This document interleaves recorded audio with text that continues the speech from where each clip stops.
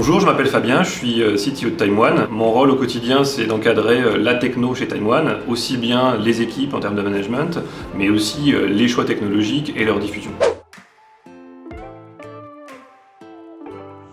Alors les volumes gérés par TimeOne aujourd'hui, c'est plusieurs dizaines de millions d'événements par jour. Ça va de l'impression, en passant par le clic bien entendu, la visite, le temps passé, mais bien sûr aussi les conversions. Tous ces événements ont des structures qui peuvent se rapprocher mais qui peuvent aussi être assez différentes. Sur l'impression, vous pouvez avoir effectivement la campagne qui est ciblée, alors que sur une conversion, vous allez avoir le montant de l'action de la vente. On a à peu près ces dizaines de millions d'événements par jour. On traite, pour donner un ordre d'idée, des batchs d'à peu près 10 à 15 000 lignes de log toutes les 30 secondes. Voilà, donc ça fait plusieurs dizaines de millions de logs par jour. Ce volume-là permet de traiter l'ensemble du métier de TimeOne. Il est traité en flux tendu par des technologies Big Data. Alors pour enregistrer le volume, la première chose qu'on utilise chez TimeOne, c'est des log textes. C'est le plus simple et le plus rapide sur nos serveurs de tracking. Donc dès que vous avez un événement qui arrive, il y a un log qui est écrit dans un texte. Ensuite, on utilise une technologie qui s'appelle Filebit, qui permet de lire ces log textes et d'envoyer à un système centralisé de traitement. On a choisi Kafka comme système de gestion de queue, plutôt pour son orientation Big Data, puisque justement on traite nos logs avec des technologies orientées Big Data, comme Spark.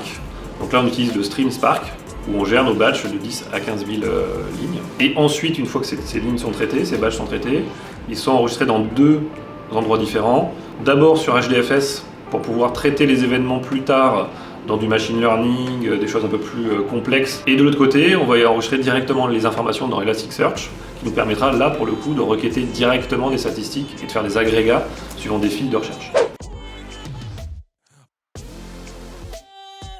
Pour mettre à disposition toutes ces données, on a choisi de mettre en place une API en interne. On a créé une API dédiée aux statistiques, parce qu'on ne pouvait pas se connecter directement à Elasticsearch pour sortir l'information. Ensuite, cette API, au lieu de se connecter directement à Elasticsearch, on a utilisé un data lake qui s'appelle Dremio. Dremio nous permet en fait de réunir des données non structurées comme Elasticsearch, orientées documents comme Elasticsearch, et des données plutôt structurées comme MySQL. On va stocker l'ensemble de nos données métiers, le nom des campagnes, des éditeurs, des annonceurs, etc., etc. Ça nous permet en fait de mélanger ces informations et de pouvoir, grâce à l'API, sortir une structuration plus complète. Donc c'est-à-dire qu'avec ça, on peut dire telle impression a été générée par tel programme et afficher son nom.